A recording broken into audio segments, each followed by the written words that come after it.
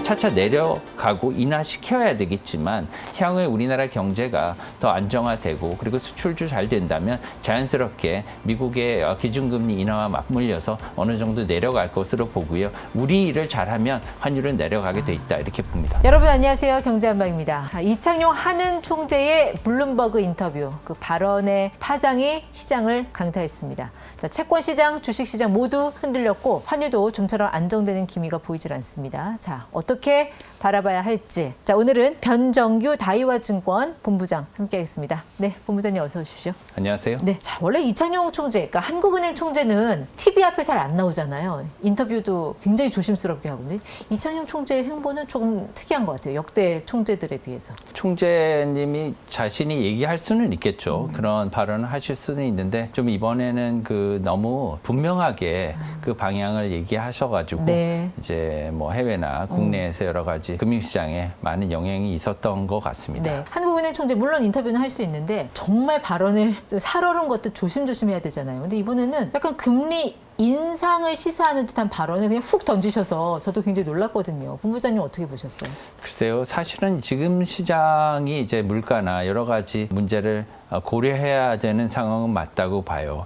이제 금리 인하가 조금씩 더 이상의 추가적인 금리 인하는 시기상조라는 데는 동의를 하지만 지금까지 그러면 금리 인하를 갖다가 너무 많이 한 거 아니냐 이런 생각도 할 수가 있거든요. 네. 왜냐하면 미국 같은 경우에도 한번 내릴 때 굉장히 조심하고 앞으로의 중립금리 상황 그리고 이제 물가 상황 그리고 들어오는 데이터를 갖다가 보고 돌다리도 두들기고 금리 인하를 하거든요. 그런 데 대해서 조금 신중한 것이 더 필요하지 않나 이런 생각은 좀 들고요. 네. 앞으로 지금 어떠한 면에서 중립금리를 개선해서 우리가 앞으로의 기준금리를 설정할지가 더 문제다 이렇게 생각을 할 수가 있겠습니다. 자, 미국 연준은 항상 중립금리를 생각하면서 기준금리를 이제 결정을 하잖아요. 이제 그렇죠. 중립금리라는 거는 말씀하셨지만 돈을 빌려서 투자할 때 재정 수익을 낼 수 없는 수준의 금리라고 보면 되는 거죠. 맞습니다. 이제 그걸 이제 영어로는 아비트라지라고 하죠. 재정 거래를 통해서 내가 이 돈을 빌려서 다른 데 투자해서 차익을 낼 수 있는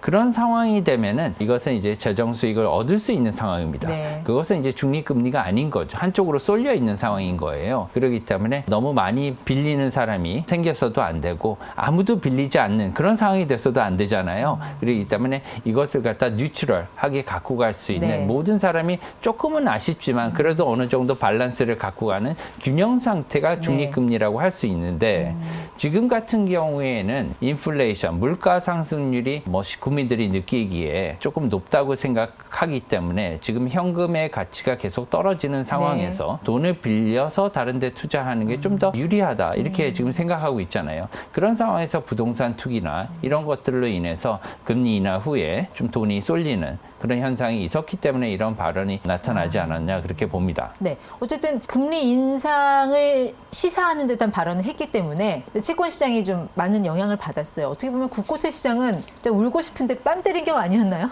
네, 국고채 수익률이 많이 흔들렸습니다. 3년물이 한 3%까지 네, 사실은 지금 그 3년물 국채 수익률이 이제 우리나라 국채의 지표라고 할 수 있죠.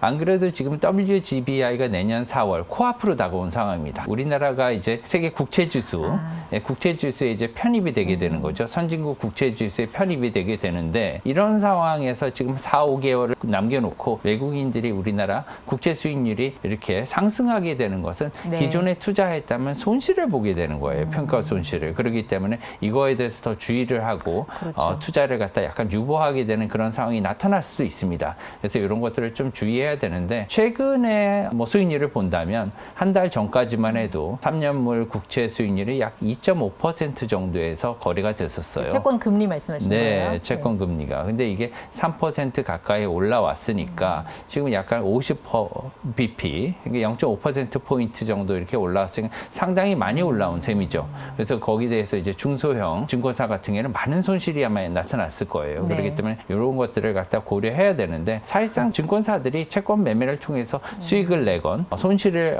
입건 이것은 큰 문제는 아닙니다. 이것은 이제 개별 증권사의 문제이기 때문에 다만 기준금리를 결정하는 데 있어서는 조금 더 물가와 아니면 향후 국민들의 중립금리 수준을 고려해서 더 기준금리를 설정하면 좋겠다, 결정하면 좋겠다 이런 생각은 있습니다. 네, 그 이창용 한은 총재 정말 기대감이 컸잖아요. 우리 국민들이 그 한은 총재에 대해서 갖는 기대감이. 근데 사실 결과적으로 봤을 때는 물가도 못 잡은 것 같고, 부동산도 못 잡은 것 같고, 환율도 못 잡은 것 같고, 가계부채도 못 잡은 것 같고. 제 눈에는 그렇게 보이는데 이거 너무 제가 박하게 평가하는군요.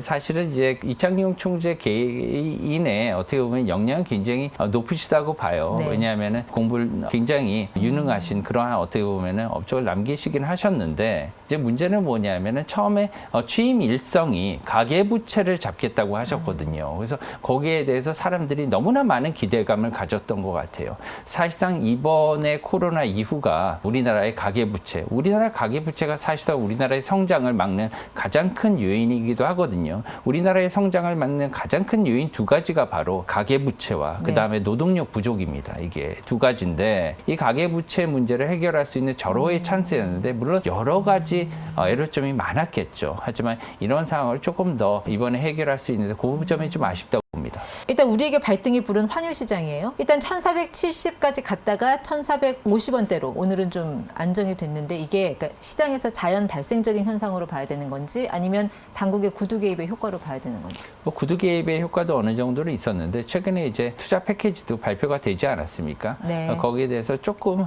내려오는 그러한 효과는 있어요. 아, 투자 패키지 한미 관세 협상 말씀하신 네, 거죠? 맞습니다. 네. 투자 패키지를 발표했기 때문에 거기에 대해서 일단 이제 결과가 어느 정도 나왔기 때문에 과거보다는 좀 분명한 상황이 됐거든요. 물론 200억 달러 1년에 투자 금액이 작지는 않습니다. 30조예요. 예, 굉장히 큰 금액이에요. 그래서 이것도 안심할 수는 없고요. 때문에 1,400원 밑으로 환율이 단기간에 내려가는 것은 굉장히 어렵다. 이렇게 결론적으로 말씀드릴 수 있겠고요. 앞으로 문제는 뭐냐면 환율이 올라갈 수 있는 상황이 다분히 많다는 겁니다. 근데 사실 본부장님 10년간 매년 200억 달러 이게 순 유출이잖아요. 사실 일본은 준기축통화국에다가 뭐 무제한 수합을 체결을 해놨으니 우리와는 비교 대상이 아니라고 보거든요. 그런데도 괜찮을까요? 물론 이제 일본 엔화는 세계 뭐 메이저 통화 중에 하나입니다. 이제 많이 거래가 되고 게다가 해외에서 직접 수합을 했을 때 해외에서도 이제 펀딩이 가능한 그런 통화이기 때문에 조금 이점은 있다고 보고요. 우리나라 통화도 이제 앞으로는 해외 대외 개방을 해야 될 시점이 가까웠다 이렇게 봅니다. 왜냐하면 우리나라 경제도 세계 이제 10대 경제 대국으로 올라섰기 네. 때문에 우리나라만 쓰는 우리 국민들만이 쓰는 그런 통화에서 벗어나야 돼요. 그렇게 되면 우리나라 예를 들면 여러 그 대기업들도 해외에서 대금을 갖다가 지급하고 받아올 때 원화로 결제할 수 있는 그런 이점이 생깁니다. 네. 그렇기 때문에 앞으로 이제 스테이블 코인이나 가상 통화로 이제 송금과 수금을 하게 되고요. 네. 그리고 그런 것들을 이제 금융시장에서 앞으로 많이 이용을 할 거기 때문에 더군다나 원화 디지털 원화 시대를 열기 위해서는 해외 결제가 이제 앞으로 필요하다고 보고 다만 일본과의 직접적인 비교는 조금 어렵다 이렇게 보긴 하지만 향후에 이것을 지급할 때 이번에 이제 협정을 갖다가 얘기했을 때 한미 간에 외환 시장 안정화를 도모하기로 했다는 합의문은 있었어요. 그렇기 때문에 그것을 볼 때 뭐 직접적으로 얘기하지는 않았지만 향후에 한국의 환율 시장이 과도한 움직임을 보였을 때는 한미 간에 통화 수합도 가능하다는 그러한 네. 의미를 내포하지 않았느냐 이렇게는 이해할 수가 있겠습니다. 최근 우리나라 환율 시장이 정말 폭등 내지는 급등이라고 볼 만큼 많이 올라갔잖아요. 이거를 달러 강세라고 해야 될지 제가 볼 때는 원화 약세에 초점을 맞춰서 어프로치하는 게 더 저는 적절하다고 보는 게 달러 인덱스가 사실 올해 1월 달에 110이었는데 지금 100 아래로 내려왔거든요. 이건 달러 약세인데 유독 우리 원화가 약한 거 아닙니까? 물론 일본 엔화도 많이 약세로 이렇게 진행이 됐지만 특히나 한국 원화가 많이 약세가 진행이 됐어요. 특히나 특이한 두 가지가 뭐냐면 이 시기에 미국의 달러화가 두 번의 연속 걸쳐서 금리 인하를 했단 말이에요. 그럼에도 불구하고 달러원 환율이 올랐다는 거. 이게 좀 이례적이고요. 두 번째는 뭐냐면 우리나라 주시장에 외국인들이 많이 들어왔습니다. 주시장이 많이 올랐잖아요. 네. 그러면은 보통 원화는 강세로 전환하는 게 일반적이거든요. 이 두 가지 모멘텀에도 불구하고 달러원 환율이 이렇게 상승했다는 것은 우리가 눈여겨볼 필요는 있습니다. 그러니까 외국인들이 들어왔지만 국내에서 해외로 나가는 돈이 너무 많았던 거죠. 네, 그것도 사실은 어떻게 보면 기준금리에 기인한 측면이 많았다고 생각해요. 왜냐하면 우리가 어떠한 상황을 봤을 때 그 상황을 보지 말고 실버 라이닝을 하죠. 그 내포된 원인, 그 근본적인 원인을 찾아야 되는데 그건 뭐냐? 우리나라의 기준금리가 기축통화인 달러의 금리보다도 지금 최소 1.5%포인트 낮다는 겁니다. 그렇죠. 예. 여기서 찾아야 된다고 사실 그러니까 인플레이션이 진행되는 상황에서 데이터를 확인하지 않고 너무 빨리 이게 금리 인하를 계속 내린 게 아닌가. 거기에 따른 부작용이라고 봐야 되는 거 아닌가요? 지금의 환 시장. 지금 올해 초반에 벌써 이제 3%에서 두 번에 걸쳐 인하를 했지 않습니까? 지금 이때부터 시작해서 부동산으로 돈이 몰리는 그러한 추세가 감지가 됐었어요. 그렇기 때문에 앞으로는 조금 이것들을 갖다가 조심스럽게 금리 결정을 단행할 필요는 있다 이렇게 봅니다. 네. 그러니까 지금 당국에서 이제 계속해서 구두 개입을 하는 것도 이제 환율 시장을 어떻게든 이 심리를 꺾으려는 그런 차원이잖아요. 이제 구윤철 부총리 같은 경우는 국민연금과도 협의하겠다. 뭐 이런 말씀하셨는데 국민들 이 노후 쌈짓돈을 이렇게 환율 방어에 써도 괜찮습니까? 지금 상황에서? 글쎄요, 뭐 그 국민연금을 환율 방어에 뭐 사용하는 것은 뭐 이번 정부뿐만이 아니라 역대로 그래왔죠. 모든 정부에서 예. 그렇게 왔었어요. 그리고 국민연금이 가장 크지 않습니까? 그리고 달러 포지션도 가장 크고요. 그렇기 때문에 국민연금을 동원하는 게 가장 쉽고 효과적인 방법이기 때문에 그렇습니다. 네. 하지만 말씀하신 바와 같이 국민연금이라는 것은 정부나 아니면은 국가보다는 국민의 재산이잖아요. 네. 이 국민의 재산이기 때문에 이것을 갖다가 잘 조심해서 다룰 필요는 있다고 봅니다. 그럼 지금 이제 국내에서 해외로 빠져나간 돈이 너무 많다. 이 자본 유출에 대한 우려를 많이들 이야기하세요. 근데 자본 유출과 해외 투자는 결이 다른 거죠. 이건 구분해서 봐야 되는 거 아니에요? 네, 자본 유출하고 해외 투자는 좀 다르긴 한데요. 일단은 지금 주식 투자가 많은 거지 않습니까? 해외 주식 투자가 많기 때문에 그런데 이것은 두 가지로 해석할 수가 있어요. 왜냐하면 한국에서 원화 투자로 인해서 충분한 수익을 못 내니까 나가는 거 하고요. 게다가 우리나라에 있는 돈이 너무 많다. 그렇기 때문에 해외로 나간다. 이렇게 두 가지로 생각할 수 있는데 이것은 엔화와 비교해서 예전에 엔캐리가 많이 진행이 됐었잖아요. 네. 일본의 마이너스 금리가 진행이 그렇죠. 됐을 때 이제 일본에 투자하는 매력이 상대적으로 낮기 때문에 네. 미국이나 다른 나라에 가서 투자를 한다. 이게 사실 엔캐리였는데 네. 우리 원캐리가 지금 나타나고 있다. 이렇게 볼 수가 있고요. 이렇게 하려면 사실상 우리나라의 기준금리가 적정한지 이것을 기본적으로 볼 필요가 있습니다. 예전에는 기준금리가 낮으면 국내 투자도 활성화되고 게다가 해외에서 외국인들도 많이 들어온다 이렇게 생각하는 게 맞았는데 요즘은 그렇지 않아요. 왜 그러냐면은 최근에 보시면은 미국의 경기가 굉장히 화랑이었지 않습니까? 네. 이때가 미국의 기준금리 가장 높았을 때였어요. 그렇지 않습니까? 미국 기준금리가 5.5%까지 올라갔거든요. 그런데 그 이자율이 너무 높으니까 세계의 모든 자금들이 이렇게 쏠린 거예요.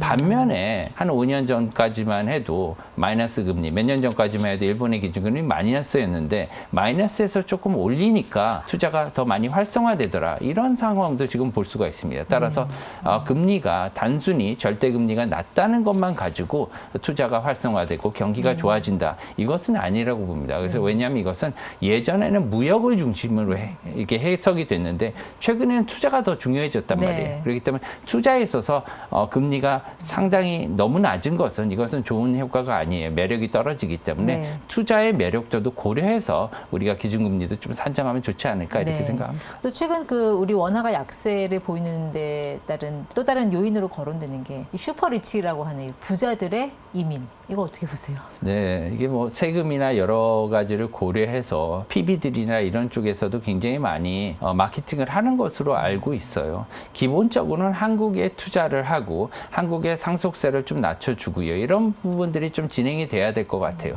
예전에 재미있던 사례가 있습니다. 뭐냐면 스위스의 시계 산업이 굉장히 많이 발달했잖아요. 네. 이게 뭐냐면은 예전에 프랑스에서 이 부분들을 굉장히 압박했어요. 그러다 보니까 소홀히 대하고 하다 보니까 이분들이 스위스로 이민 간 거거든요, 대부분. 그래서 스위스에서 시계 산업이 뭐 꽃을 피웠다 이런 얘기가 있기 때문에 우리나라도 이런 부분을 충분히 참작을 해서 여러 부분에서 우리나라 경제가 가장 좋게 계속해서 자본이 유출되지 않고 유지될 수 있는 그러한 정책을 잘 펴 나갔으면 좋겠다 이렇게 네. 생각합니다. 그러니까 과거의 그 환율의 심리적인 저항성, 1,400선을 뚫고 이렇게 짧은 시간에 치고 올라왔다라는 거는 어떻게 보면은 그 새로운 그 환율 거래 레인지가 형성됐다. 이렇게 우리가 판단을 해야 되는 건가요? 네, 그렇게 봅니다. 지금은 그 1,400원대가 1,400원대로 환율이 올라온 것은 얼마 되지가 않아요. 9월 30일, 9월 말부터 시작해서 10월 초부터 시작해서 이렇게 환율 레인지가 1,400원대로 급격하게 올라온 그런 상황이거든요. 그렇기 때문에 이렇게 급격하게 몇십 원이 뛰어서 1,400원대 중반으로 올라왔기 때문에 당분간은 네. 1,400원대의 레인지에서 새로운 거래 레인지가 형성이 됐다. 이렇게 보는 것이 타당할 것으로 생각합니다. 자, 그럼 이렇게 여쭤볼게요. 언제쯤 환전하면 좋습니까? 우리나라 사람들 입장에서. 굉장히 어려운 질문이죠. 지금 뭐 무역 하시는 분들도 계시고요. 특히나 기러기 해외에 아빠들. 네. 그렇죠. 기러기 아빠들 많죠. 학비도 보내야 되고 굉장히 부담이 많으실 거예요. 왜냐하면 1,200원대하고 1,400원대하고는 체감하는 그런 환율이 다릅니다. 훨씬 더 많은 돈을 바꾸셔야 되기 때문에 당분간은 그런데 1,400원대 밑으로 가기는 어렵다 이렇게 봅니다. 당분간. 당분간이라고 하면 어느 정도 얘기하시죠? 내년 1, 4분기 상반기까지는 환율이 1,400원대 밑으로 내려가는 건 상당히 어려워요. 그게 한 두세 가지 이유가 있는데요. 첫 번째로는 뭐냐면 지금 200억 달러의 투자 패키지가 있고요. 두 번째는 이제 내년부터 시작해서 정부의 정부 지출이 많아져야 됩니다. 이것은 뭐냐면은 강력한 경기 부양책을 하기 위해서는 채권을 많이 발행을 해야 돼요. 그렇기 때문에 KDB 산업은행이나 수출입은행 이런 은행들을 정책 은행들을 통해서 많은 이제 채권을 발행해야 되는데 그렇게 되면 여기에서 더 많은 수요가 필요하거든요. 예. 그렇기 때문에 거기서 이제 어떻게 보면은 원화 약세가 조금 더 유발이 될 것 같고요. 이미 많이 풀었잖아요. 지역화폐부터 해서. 앞으로 더 많이 필요할 겁니다. 왜냐하면 20조 이상 필요할 거기 때문에. 그리고 세 번째로는 지금 AI 버블론이 계속해서 부각이 되고 있는데 이것은 피할 수가 없어요. 왜냐하면 우리나라 지금 반도체 기업들이나 가상통화 이런 기업들도 여기에 투자를 해야 됩니다. 이게 치킨 게임이거든요. 그렇기 때문에 지금 어떻게 본다면 해외 그 M7이나 이러한 어떻게 보면 빅테크 기업들을 쫓아가기 위해서 우리나라 기업들도 삼성이나 하이닉스나 네이버나 이런 기업들도 엄청난 투자를 지속해야 되는 그런 상황이에요. 네. 이렇게 되면 여기에 또 자금이 많이 필요한 그런 상황이 되겠습니다. 그래서 한 두세 가지 이유로 인해서 내년 초반까지는 유동성이 조금 부족할 그런 상황도 될 수가 있어요. 다만 우리나라 원화 가치는 조금 더 내려가지는 않겠지만 네. 어느 정도 1,400원대 위에서는 이렇게 거래될 것으로 보기 때문에 당분간 1,400원대 근처로 간다. 그러시면은 매수 실수요가 있으신 분은 그때 매수하면 좋겠다 이런 생각을 합니다. 그 월말이나 연말 연시 같은 경우는 이제 달러 수요가 많이 늘어나는 시기라 이때는 가능한 피하는 게 좋지 않을까요? 네, 시기적으로 그런 시기는 좀 피하면 좋겠고요. 특히나 12월 11일 같은 게 우리나라 시간 연준의 FOMC가 올해 마지막 FOMC가 예정이 돼 있어요. 이때도 아마 환율이 조금 많이 움직일 수도 있는 그런 상황이 될 수도 있다 이렇게 봅니다. 이때 특히나 금리 인하를 예상하시는 거죠? 금리 인하를 예상을 많이 했었는데요. 이제 많이 바뀌었어요. 그래서 지금 이제 패드워치에 따르면 벌써 50% 이상 금리 인하를 안 할 가능성이 있다는 게 50% 이상으로 올라온 상황이기 때문에 지금은 금리 인하를 확정 얘기할 수는 없습니다. 그러니까 말씀하신 거는 금리 인하 시에 얻게 되는 어떤 환율 하락에 대한 기대감보다는 금리 인하가 불발됐을 때 우려되는 상황, 예를 들면 뭐 환율 상승 가능성 여기에 좀 더 베팅을 해야 된다 그 말씀이시죠? 그것들을 더 유의해야 된다는 유의해야 거죠. 된다. 그래서 환율이 예를 들면 그 금리 인하가 불발됐을 때는 환율이 더 오를 수 있는 가능성을 더 유념해야 된다. 하방보다는 상방 위험을 더 유의해야 된다. 이렇게 말씀드릴 수가 있겠습니다. FOMC 뭐 직전주 아니면 그 직후 이때는 조금 피하는 게 환전의 일종의 작전 예, 전략이 왜 될수 그러냐면 있겠네요. 전후에는 전문가들도 굉장히 어려워요. 그렇기 때문에 그럴 때 좀 피해서 만약에 정말 필요하시다. 그럼 그 전에 하시는 게 맞고요. 어쨌든 뭐 단기적이든 장기적이든 이 1,400원대 위에서 놀고 있는 환율을 끌어내리려면은 한국 경제의 어떤 거시적인 지표 성장률 이런 게 좋게 나와야 가능한 거잖아요. 근데 사실 내년 1.8% 성장도 저는 쉽지 않다고 보는데 본부장님 어떻게 생각하세요? 글쎄요. 경제 성장률을 논하는 것은 뭐 제 전공 분야는 아니지만 일단 이렇게 본다면 금융시장 쪽에서 본다면 내년 시장은 상당히 어려울 것이다 이렇게 봅니다. 왜 그러냐면 현재 트럼프 대통령의 관세 정책이 아직 끝나지 않았어요. 거기에 대해서 우리나라가 200억 달러를 계속해서 지불해야 되는 그런 상황이 있고요. 두 번째로서는 지금 물가 상승률이 계속 올라오고 있습니다. 미국도 지금 다음 달 12월 FOMC에서 금리 인하를 단정 지을 수 없는 이유가 물가가 계속해서 불안하기 때문이거든요. 고용이 계속 안 좋아지는 상황에서 지금 물가가 불안한 것은 사실은 지금 미국의 경기가 둔화로 접어들었는데 물가는 아직도 높다. 스태그플레이션이죠. 우리가 스태그플레이션에 있으면 이것은 뭐냐면 물가를 건드리기도 어렵고 고용을 건드리기도 어려운 금리 인하를 하기도 어렵고 그죠? 그렇다고 해서 그냥 놔두기도 어려운 그런 상황이 되는 거예요. 그렇기 때문에 한국도 마찬가지로 이런 점을 조금 유의해야 된다. 이렇게 생각을 하고요. 내년에는 우리나라 경제가 미국 경제의 영향을 뭐 이전에도 많이 받았죠. 하지만 미국 경제의 영향을 더 많이 받을 수 있어서 이런 점에 특히 특히나 유의해야 된다 이렇게 봅니다. 네, 어쨌든 지금 상황으로 봤을 때는 달러가 나갈 일만 있지 들어올 일은 별로 없어 보이거든요. 있을까요? 외국인들이 다시 돌아온다라든지 달러가 뭐 유입될 그런 어떤 예상되는 시나리오 같은 게 있습니까? 예를 들면 미국에 지금 단기 금융 경색이 일어났습니다. 최근에 이런 것들은 뭐냐면 단기 금융 시장에서 유동성이 상당히 부족해진 그러한 상황이 연출이 됐었어요. 이게 얼마 안 됐습니다. 그래서 12월 초부터 시작해서 이런 것들이 연출이 됐기 때문에 그런 단기 금융 경색은 매우 중요한 어떻게 보면은 상황이다 이렇게 생각을 해요. 사실상 이 단기 금융 경색 때문에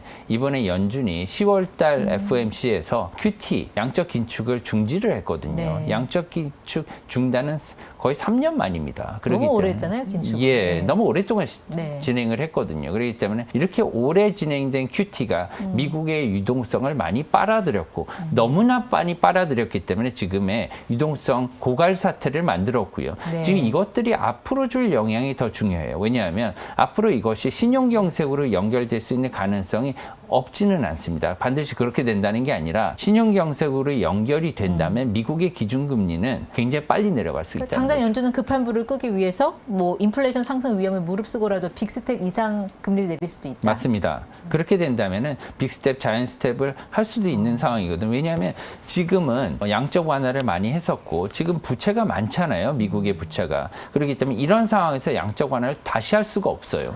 그렇게 되면 연준이 책임을 져야 되는 그런 상황이 있기 때문에 네. 빨리 완화를 할 겁니다. 그렇기 때문에 기준금리를 생각보다 많이 떨어뜨릴 거고요. 네. 그런 상황이 되면 트럼프 대통령이 연준을 향해서 내가 그렇게 내리라고 하지 않았느냐 예. 공격을 굉장히 강하게 밀어붙일 거예요. 그렇기 때문에 내릴 수밖에 없는 상황이 되고 있기 때문에 그것이 하나의 변수라고 볼 수 있겠습니다. 네. 또 하나의 변수가 이제 트럼프 중간 선거가 10월이죠? 내년 맞습니다. 10월. 그렇게 되면은 사실 마가 뭐 이런 정책에 대한 회의론이 불거질 수도 있고 이런 어떤 정치적인 그런 변수가 또 시장에 미칠 영향 이것도 좀 저희가 맞습니다. 좀 길게는 내다봐야 되지 않을까요? 지금도 정치적 외교적인 변수 때문에 환율이 이렇게 높은 상황이면 뭐 부인할 수는 없는데요. 그때 가서 이제 마가 정책에 어떻게 보면 약화된다 이렇게 되면은 환율이 더 빨리 떨어질 수 있는 지금은 정치 외교적인 문제 때문에 환율이 이렇게 올라왔으면 그때 가서는 트럼프의 정치력이 약화진다면 우리나라 환율도 급격하게 내려갈 수 있는 그런 소지가 될 수도 있거든요. 이런 것은 내년 연말에 일어날 수 있기 때문에 이것도 하나의 변수로 네. 생각을 해야 된다 이렇게 봅니다. 알겠습니다. 본부장님 끝으로 딱 이거 하나만 좀 짧게 여쭤볼게요. 그러니까 환율이 이러다가는 그 연초에 봤던 1,480원대도 진입하고 그러니까 1,500원도 건드린다. 이러면 위기다 아니다. 너무 패닉할 필요는 없다고 봅니다. 지금 이렇게 사실상 변동성이 조금 많이 큰 상황인데요. 최근엔 1,400원대로 올라와서 높기는 하지만 변동은 그렇게 크지 않거든요. 어느 정도 안정화됐기 때문에 사실 이 수준보다 큰 변동성이 더 큰 문제라고 생각해요. 그래서 이제 차차 내려가고 인하시켜야 되겠지만 향후에 우리나라 경제가 더 안정화되고 그리고 수출도 잘 된다면 자연스럽게 미국의 기준금리 인하와 맞물려서 어느 정도 내려갈 것으로 보고요. 우리 일을 잘하면 환율은 내려가게 돼 있다 이렇게 봅니다. 네, 어쨌든 이 환율 시장이라는 게 뭐 워낙 뭐 정치, 외교, 경제, 안보까지 얽혀 있는 시장이라서 복잡하긴 한데 사실 우리 국민들이 그동안 환율 위기를 여러 번 겪었지만 주저앉은 적은 없잖아요. 어떻게든 이겨왔잖아요. 네, 그럼요. 예, 외환 위기를 뭐 여러 번 겪었고요. 네. 석유파동부터 시작해서 그때마다 잘 이겨내 왔습니다. 네. 그렇기 때문에 이번에도 우리나라는 슬기로운 그런 민족이기 때문에 반드시 이겨낼 것이라고 보고요. 그 대신 이제 국민들이 한마음 한뜻으로 서로 도우면 충분히 이겨낼 수 있다 이렇게 봅니다. 네, 불안한 환율 시장으로 시작했지만 마무리는 훈훈하게 희망적으로 끝내도록 하겠습니다. 네, 변정규 본부장 함께했습니다. 고맙습니다. 감사합니다.